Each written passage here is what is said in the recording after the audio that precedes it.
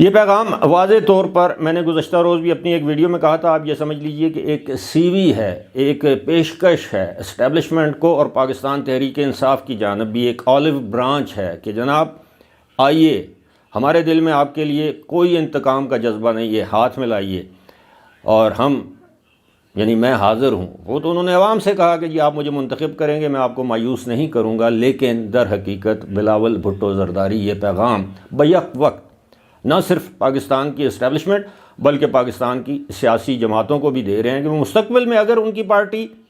اکثریت حاصل نہیں بھی کر سکتی مرکز میں تو وہ کسی بھی پارٹی کے ساتھ ہاتھ میں لانے کے لیے تیار ہیں، یعنی ایک مرتبہ پھر کسی مخلوط حکومت میں وزیر خارجہ بننے کے لیے بلاول بھٹو زرداری تیار ہوں گے، یا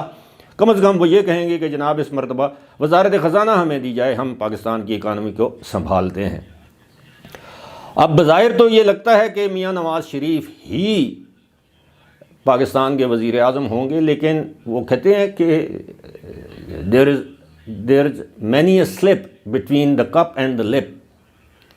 یعنی آپ کے پیالی اور جو ہونٹ ہیں اس کے درمیان بہت کچھ ہو سکتا ہے، وقت آنے پر حالات پاکستان میں 24 گھنٹے کیا 12 گھنٹے کے اندر تبدیل ہو سکتے ہیں، کوئی بھی اللہ نہ کرے کوئی حادثہ آسانیاں۔ تو اسٹیبلشمنٹ کے پاس ہمیشہ کسی بھی ملک کی اسٹیبلشمنٹ کے پاس، بلکہ سیاسی جماعتوں کے پاس بھی ہمیشہ پلان اے ہوتا ہے، پلان بی ہوتا ہے، پلان سی ہوتا ہے کہ پلان اے اگر کامیاب نہیں ہوتا، اس میں ہمیں کامیابی حاصل نہیں ہوتی تو ہم پلان بی کی طرف جائیں گے۔ ایک بندے یعنی وہ سارے جیسے کہتے ہیں نا they do not keep all of their eggs in one basket، وہ تمام انڈے کسی ایک ٹوکری میں نہیں رکھتے، وہ اپنی آپشنز کو کھلا رکھتے ہیں۔ تو اس لیے بلاول بھٹو زرداری اب بھی سمجھتے ہیں کہ شاید میاں نواز شریف کی نااہلی تاحیات نااہلی ان کے الیکشن لڑنے تک یا الیکشن جیتنے تک وہ ان کی نااہلی ختم نہ ہو اور وہ الیکشن نہ لڑ پائیں۔ اور اس بات میں وزن بھی ہے کہ ضروری تو نہیں کہ میاں نواز شریف کی نااہلی ختم ہو جائے، تاحیات جو نااہلی، یہ تو جب وقت آئے گا دیکھا جائے گا، ابھی تو ہنوز دلی دور است، لیکن قرائن یہ بتا رہے ہیں کہ میاں نواز شریف کے لیے رستہ ہموار کیا جا چکا ہے۔ اب یہ سارا معاملہ جو ہے وہ عدالتوں تک ہے، آلریڈی ان کی اپیل العزیزیہ جو ان کی اپیل ہے وہ ہائی کورٹ میں لگ چکی ہے، اور اب دیکھیں اس میں کیا ہوتا ہے۔ پھر اس کے بعد وہ نااہلی کے خلاف اپیل میں جاتے ہیں، کوئی اور معاملہ، کیونکہ اپیل کا رائٹ تو ان کے پاس نہیں ہے تاحیات نااہلی کے حوالے سے۔ اس پر وہ الیکشن کمیشن کی جو الیکشن کمیشن ایکٹ میں جو ترمیم کی گئی ہے وہ اس پر یہ انحصار کریں گے کہ جناب 5 سال کی ہو سکتی ہے نااہلی۔ تو میں اس وقت سمجھتا ہوں کہ دونوں طرف سے بڑی جسے کہتے ہیں نا کہ دانش مندی کے ساتھ، ہوشیاری کے ساتھ اپنے پتے کھیلے جا رہے ہیں۔ میاں نواز شریف نے وہ مینار پاکستان کے جلسے کے بعد کوئی جلسہ نہیں کیا، جبکہ بلاول بھٹو زرداری نے اپنے پری الیکشن کیمپین جسے آپ کہتے ہیں، یعنی ایک تو الیکشن کیمپین ہوتی ہے نا، الیکشن کا شیڈیول اناؤنس ہو جائے تو اس کے بعد ایک پری الیکشن کیمپین، یعنی الیکشن کے شیڈیول سے پہلے انہوں نے وہ شروع کر دی ہے۔ سندھ میں انہوں نے جلسہ کیا بہت بڑا، گزشتہ روز ایبٹ آباد میں، آج ان کا شاید مردان میں جلسہ ہے یا ورکرز کنونشن ہے جو بھی اس کو نام، اس کے بعد ان کا پشاور میں ہے، پھر نوشہرہ میں ہے، پھر دیر میں ہے، چترال میں ہے۔ تو وہ خیبر پختونخوا پر فی الحال ان کی توجہ ہے۔ اس کے بعد یقینی طور پر وہ جنوبی پنجاب بھی جائیں گے، پنجاب کے دیگر علاقوں میں بھی وہ جلسے وغیرہ کریں گے۔ تو بلاول بھی اپنے کارڈ جو ہیں وہ ان کو پتہ ہے کہ جناب کسی نہ کسی جگہ پر سلپ آف ٹنگ ہو سکتی ہے، کوئی اور بات ہو سکتی ہے جس کی وجہ سے کہ شاید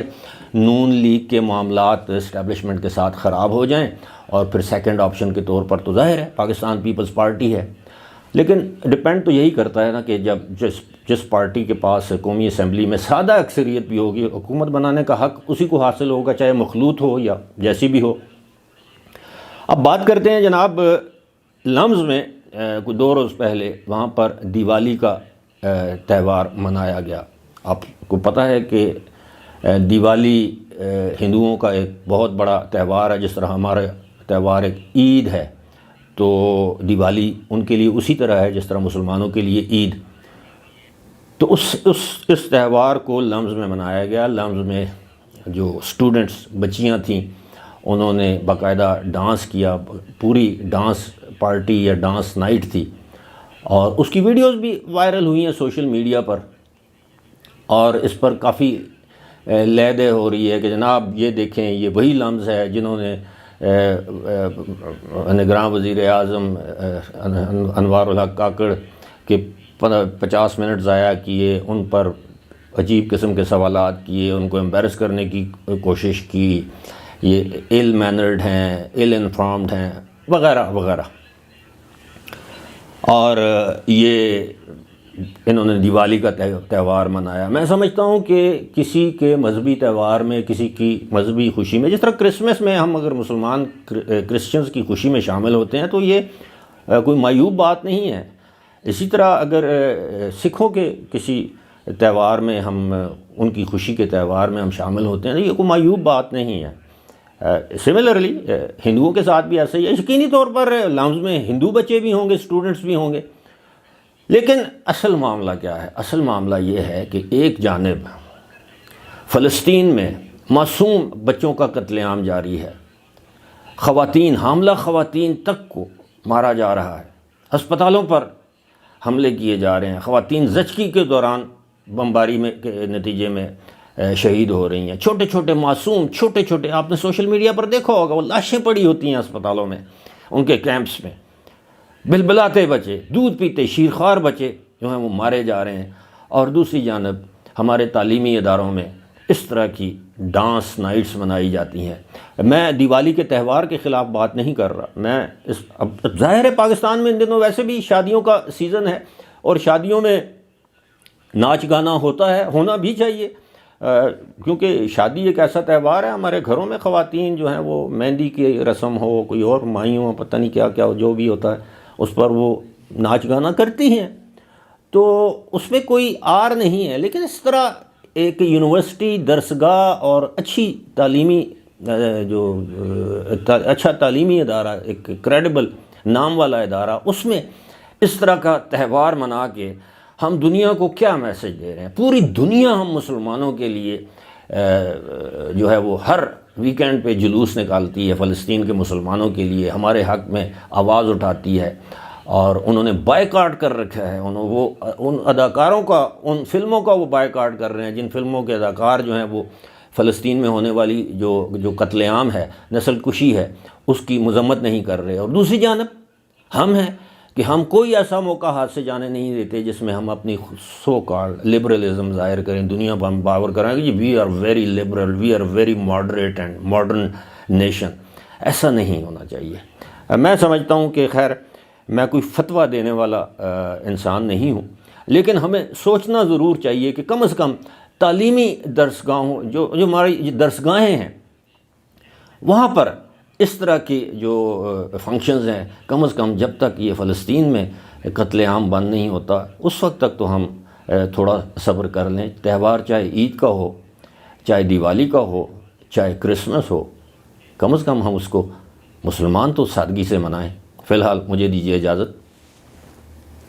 خدا حافظ.